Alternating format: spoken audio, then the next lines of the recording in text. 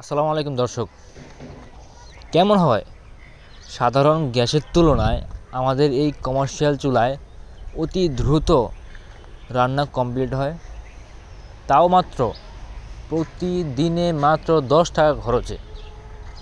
জি বন্ধুরা, প্রতিদিনে আপনার মাত্র 10 টাকা খরচে ফুল রান্নাটা কমপ্লিট করতে পারবেন আমাদের এই আধুনিক লার্কির চুলায়।